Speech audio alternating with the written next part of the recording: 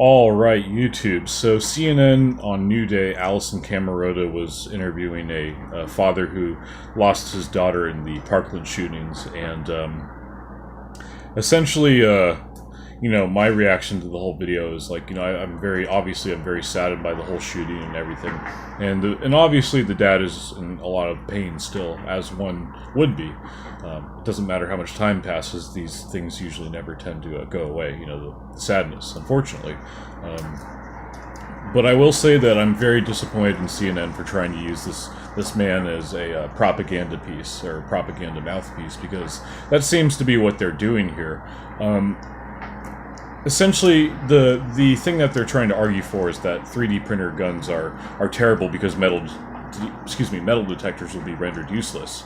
And they're talking about putting metal detectors at schools and everything, which I think is a good idea. But, he's kind of missing the point or they're missing the point, rather, that these 3D printed guns are essentially probably of lesser quality than guns that you could get at an actual gun store, just from the gun manufacturer. And the thing that I'm reminded of is that the barrels, essentially, they start to deform after a while. The M9 service pistol, which is a Beretta Model 92, I think it's the Model 92 SF, I want to say. I'm not sure the difference, I just remember that's the gun that's based off. But anyways, M9s have to have their barrels changed after, I think, 200 shots. And then, obviously the belt-fed machine guns, the M249, the SAW, M240, basically all of the belt-fed machine guns. Because of the high rate of fire and how many fucking bullets are coming out of the barrel, to put it in layman's terms, I guess. But yeah, no, and Styx made a good point of this morning, talking about how the receivers are essentially the most printed part because they don't withstand a lot of the heat. It's usually the barrel that takes the heat, I guess, is what he said. Maybe I'm mixing his words up, but anyways, I understood the spirit of what he's saying. And basically, yeah, barrels do need to be changed after a while. You can't make that shit in a 3D printer because essentially it's going to melt after a while, and you're gonna severely hurt yourself, But yeah, this is kind of my opinion about the whole CNN thing. Like, it's propaganda, obviously. It's really too bad that they're sinking this low to use this man as, a tool in their propaganda, because I understand the strategy behind it. They want to, they're essentially going to say whoever disagrees with this man is obviously not sorry for his situation, which could be completely farther.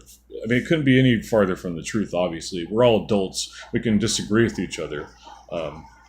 Unfortunately, CNN is trying to create a culture where, they're talking about wrong think and everything, like everybody has to think the same way. If you don't think the same way, you're a Russian bot. And if you happen to be a real person who's practicing wrong think, they'll throw you in prison. Essentially, I know this isn't what happened with Tommy Robinson. I know he technically broke a law, but was that like it was a victimless crime because he was videotaping the outside of a trial.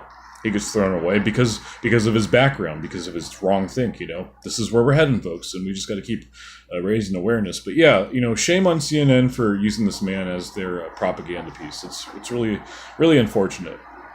And David Hogg has basically tried to milk the shooting as much as he can. He was the one who got out alive, mind you. He's one of the lucky ones. And David Hogg, man, fuck you, honestly. That was a pretty good take. I'm going to end on that. Just disclaimer, this is all opinion. All my conspiracy theories are just opinion. But, hey, if I can find proof, then it won't be opinion. It's going to be fact, which I'm trying to do. I hope that other people can chip in, too.